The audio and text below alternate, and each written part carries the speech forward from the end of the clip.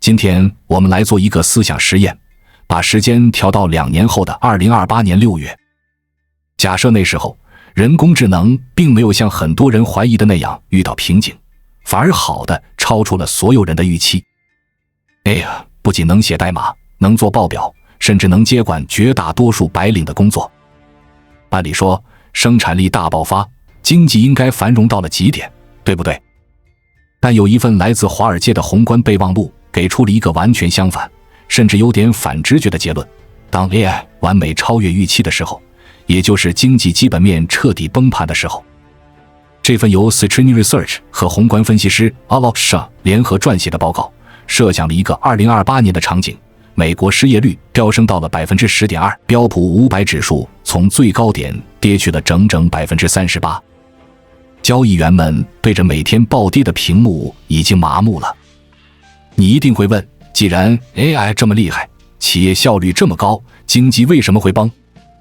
答案就在这句话里。当一台机器的产出等同于1万个白领，但这台机器却不花1分钱去消费社会服务时，这不叫经济奇迹，这叫经济瘟疫。我们先来看看这场危机在实体经济中是如何一步步发生的。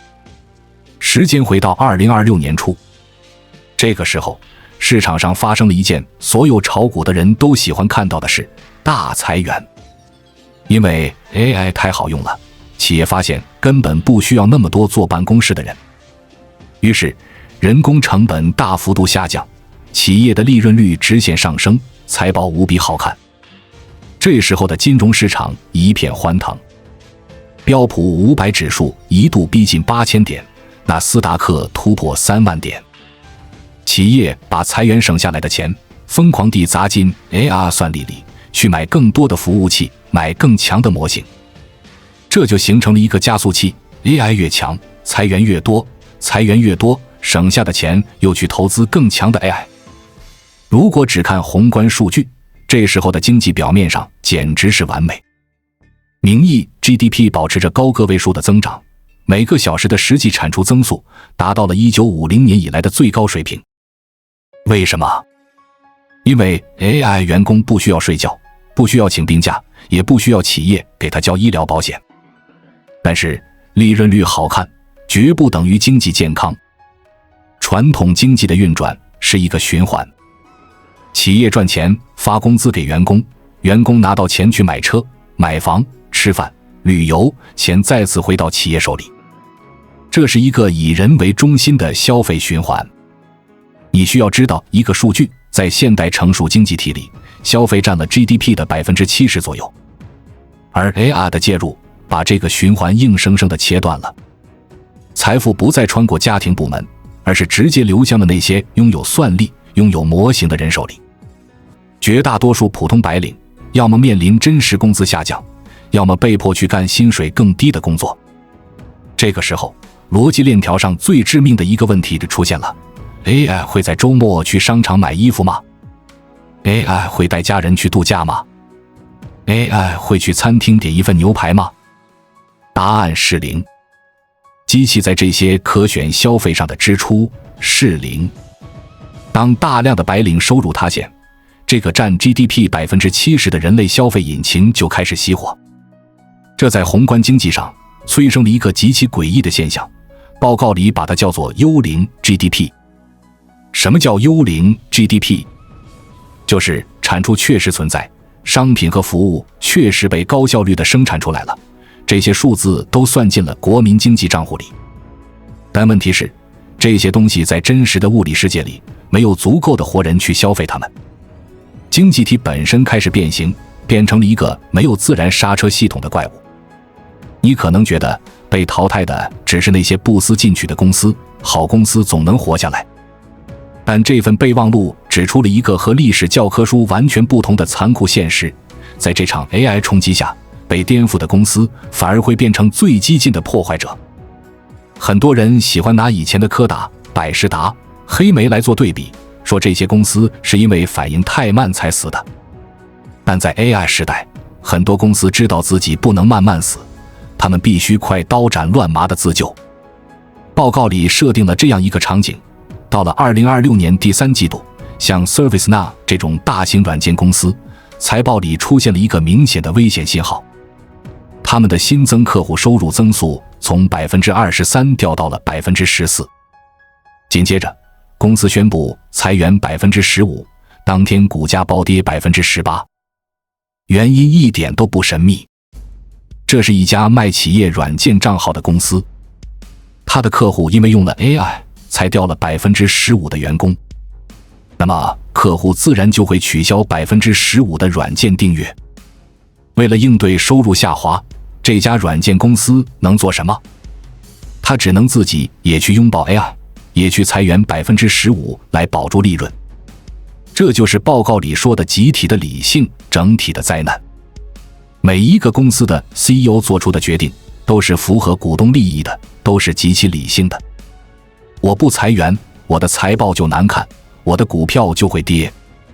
但当成千上万家公司都在做这个极其理性的决定时，整个社会的消费需求就被彻底抽干了。每一家公司都在拼命踩油门，却没有人意识到整个经济的刹车踏板已经被拆掉了。所以这根本不是什么特定行业的景气度问题，这是一场针对白领服务经济的定向爆破。你可能认为只要失业率没有飙升到 20-30%， 经济就还能扛得住，但你忽略了消费的杠杆效应。在美国或者在任何一个发达经济体里，收入最高的 10% 的人群贡献了超过一半的消费，前 20% 的人贡献了 65% 的消费。这就意味着只要 AI 的冲击集中在高收入的白领群体身上，哪怕失业人数看起来并不夸张，它对整体消费的打击也是毁灭性的。这是一个以小博大的杠杆，白领就业哪怕只下滑 2%， 可能就会导致全社会的可选消费下滑 3% 到 4%。 而且白领通常是有储蓄的，这就导致危机的出现会有滞后性。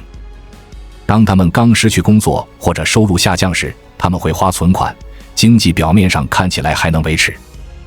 可一旦这些缓冲垫被耗尽，冲击就会以雪崩的姿态展现出来。到那个时候，你会看到一种极其刺眼的割裂感。英伟达的收入可能还在创新高，台积电的产能可能还是满负荷，几大科技巨头每年还在往数据中心里砸2000亿美元。AI 基础设施的景气度高得吓人，但另一头支撑现代经济运转的消费端却在无声无息的大失血。不过如果仅仅是实体经济萎缩，还不足以把标普500打下 38%。 真正让整个系统崩盘的是当白领的收入预期发生改变后，那些建立在这些收入预期之上的庞大金融资产开始土崩瓦解。你以为你的钱放在理财里很安全，你以为不买股票就能躲过一劫。接下来我们要聊的是这场瘟疫如何蔓延到软件行业，并直接摧毁那些靠薅羊毛和中间商赚差价为生的庞大商业帝国。你会看到 AI 不仅抢人的饭碗，它连信用卡的刷卡费都不放过。AI 的这把屠刀最先砍向的其实是他最熟悉的地方——软件行业本身。报告里把这个时间点放在了2025年的年底。这个时候，代理式编程工具的能力出现了一个台阶式的跃升。什么意思？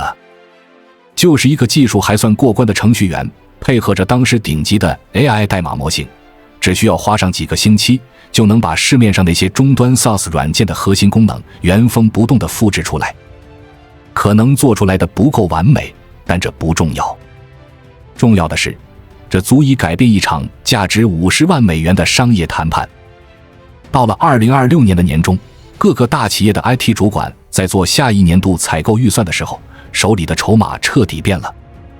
报告里记录了一个极其真实的谈判细节：一家财富500强企业的采购经理拿着一份50万美元的软件年费续约单，直接告诉供应商，我正在跟 OpenAI 的人开会，他们说可以用 AI 工具帮我们自己写一套一样的系统，直接替代掉你们。就靠这一句话，这家500强企业硬生生把续约价格砍掉了 30%。 你仔细想想这个逻辑，对于企业来说，当你发现自己建一个的成本远远低于每年花钱租一个的时候，那些所谓的长尾 SaaS 软件，比如做项目管理的 Monday.com 或者做自动化工作流的 Zapier， 处境就会极其惨烈。以前软件公司之间的竞争是你有这个功能，我没有，所以我打不过你。这是靠产品差异化构筑的护城河。现在所有的差异化都被 AI 那种恐怖的开发速度彻底抹平了。价格战不再是你和老对手之间的温吞水游戏，而是变成了一场你和老对手以及无数个拿着 AI 工具的新挑战者同时在一个笼子里打的刀刃战。在我们进一步探索之前，我们有一个激动人心的消息要告诉大家，我们已经开通会员功能了。现在您可以加入我们的会员大家庭，享受会员专属影片和更多独家内容。别忘了关注才知道，并点击小铃铛，我们将继续揭示更多关于金钱的真相，助你迅速实现财务自由。软件行业不再比拼谁的功能更炫酷，而是比拼谁的成本降得更低，谁的融资能烧得更久。然而，软件行业的洗牌只是开胃菜，真正颠覆现代商业秩序的怪物在2027年初登场了。这个怪物就是 AI Agent 智能代理。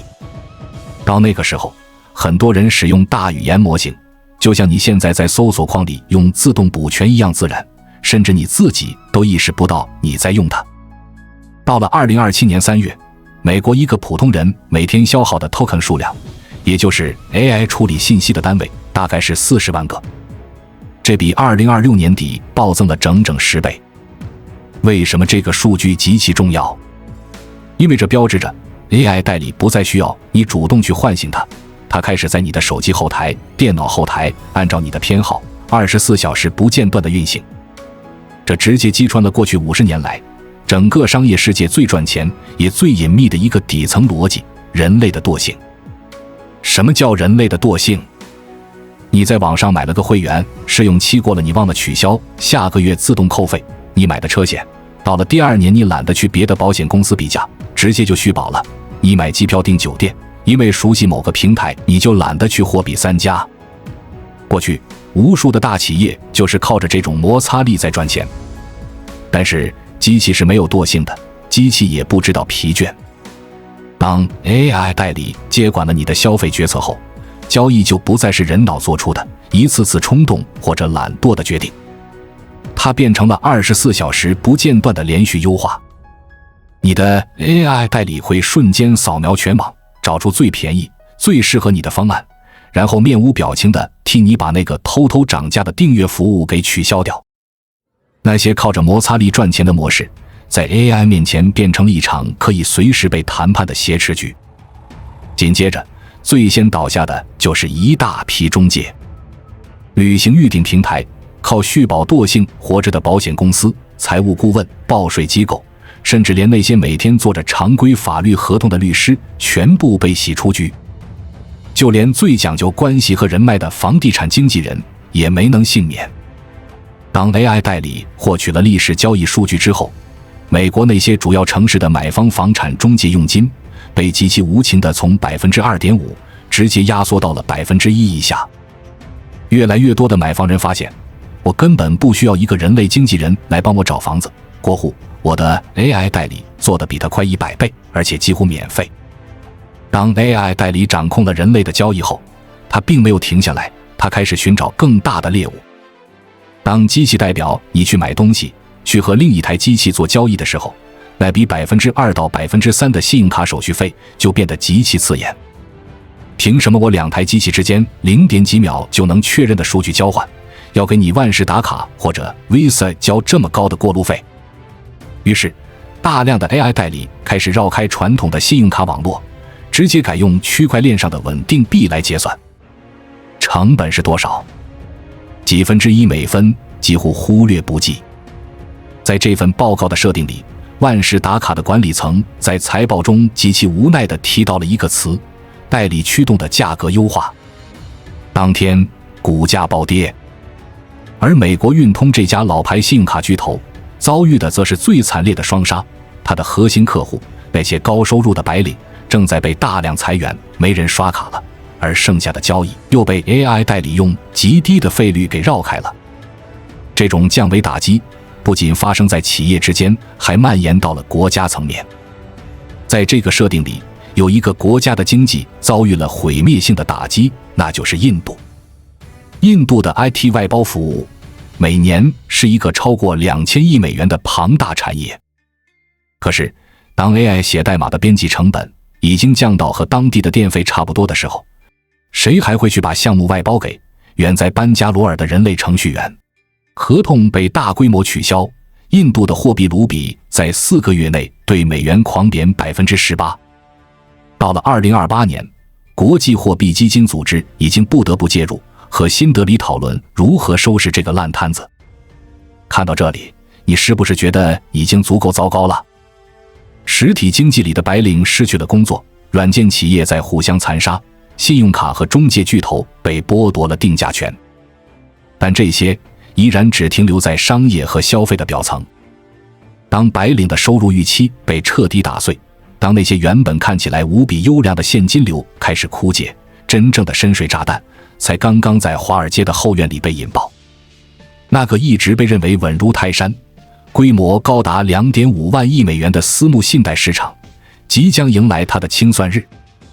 更可怕的是，这把火最终烧向了那些拿着高薪、原本信用分极高的白领们手里那份30年的房贷。刚才我们说到，AI 把软件行业卷成了修罗场，连带把中间商和信用卡巨头都给掀翻了。今天我们要往更深处走。当实体经济的出血点越来越大，血水不可避免地会渗进华尔街的地基。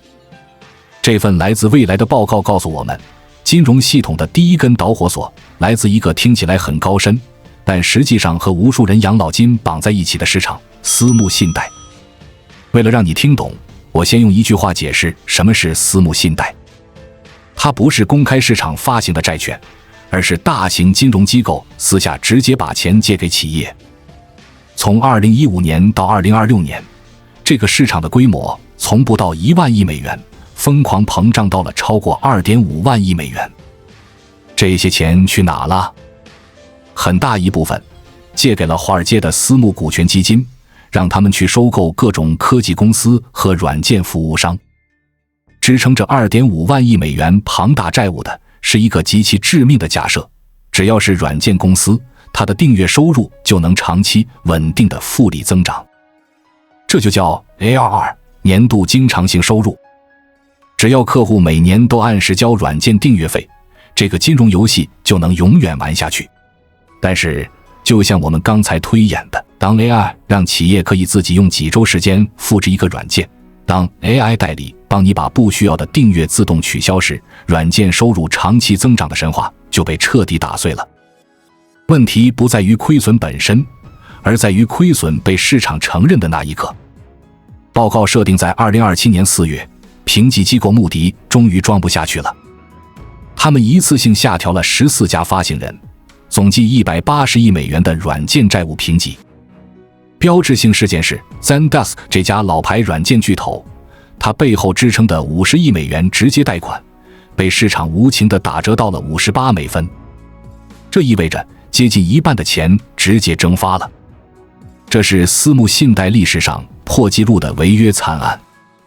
原本华尔街觉得私募信贷很安全，因为它是封闭式的，钱锁在里面，有严格的期限，理论上不会发生银行那种挤兑。但报告无情地扯下了这块遮羞布，向我们展示了这些所谓永久资本最脆弱的一面。因为这些钱根本不是天上掉下来的。大型资产管理机构，比如 Apollo、KKR， 他们通过收购大型寿险公司，把老百姓买年金、买养老保险的钱变成了放贷给软件公司的底盘。当软件公司开始大规模违约，保险监管部门立刻就会介入。监管会要求这些机构提高风险资本的准备金，逼着他们去补充资本或者赶紧卖掉资产。但在那种恐慌的市场里，根本卖不出好价钱。穆迪把 Athene 这家寿险公司的评级展望调成负面之后，他的母公司 Apollo 的股价在2天内暴跌了 22%， 恐慌迅速蔓延到了所有同类机构。更致命的是，现代金融极其复杂的离岸在保险结构和特殊目的载体，把真实的亏损藏得极深。短时间内，市场上甚至没人能回答一个最基本的问题：到底是谁在承担这些亏损？在报告设定的2027年11月美联储紧急会议上，美联储前官员用了一句极其精准的评价：这是一串压住白领生产率增长的相关性死亡雏菊链。所有的底层资产全都绑在同一个变量上，人类白领的价值。如果说私募信贷还只是华尔街机构之间的连环诈，那么接下来要说的按揭房贷，就是真正把核弹扔进了千家万户的客厅。美国住宅按揭市场的规模大概是13万亿美元。这个庞然大物能够平稳运转，建立在一个极其基础的常识上：一个借款人在未来30年的时间里能够维持大致稳定的就业和收入。请千万注意，报告里这场设定在2028年的危机和2008年的次贷危机完全不同。2008年是什么情况？是贷款从一开始就是坏的。银行为了赚手续费，把钱借给了根本没有工作、没有首付、没有还款能力的人。但2028年这次不一样，这次的借款人是信用分超过780分，首付交了 20%， 收入完全真实可查，信用记录一尘不染的绝对优质客户。贷款当初绝对是好贷款。问题在于世界变了， AI 导致高薪白领的收入预期发生了结构性的永久下调。那些原本支撑30年房贷的未来现金流不再可信了。当年人们敢签下30年的借款合同，是因为对未来的自己有信心。但现在面对无所不能的 AI， 他们面对的是一个自己越来越不敢相信的未来。这些高收入白领不会立刻断供违约，他们有存款，要面子，所以危机会有一个缓慢失血的过程。报告给出了一组违约爆发前的高压迹象。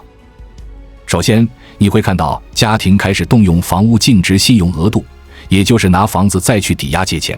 接着，人们开始提前支取自己的 401k 养老金，哪怕要交罚款。再然后，信用卡的负债直线上升。这个时候，房贷依然在按时还，表面上风平浪静。但是子弹终究会打光。慢慢的，拖欠率开始抬头，而且是极其精准地出现在那些高收入、科技和金融岗位扎堆的城市。到了2028年6月 ，Zillow 的房价指数显示，旧金山暴跌 11%， 西雅图暴跌 9%， 奥斯汀暴跌 8%。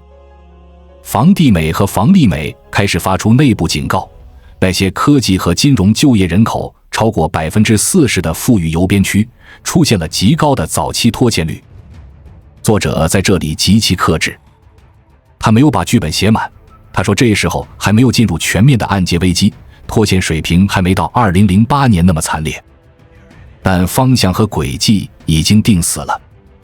一旦下半年按揭市场彻底裂开，股市面临的回撤将接近全球金融危机时的 57%， 标普500指数会直接跌回3500点。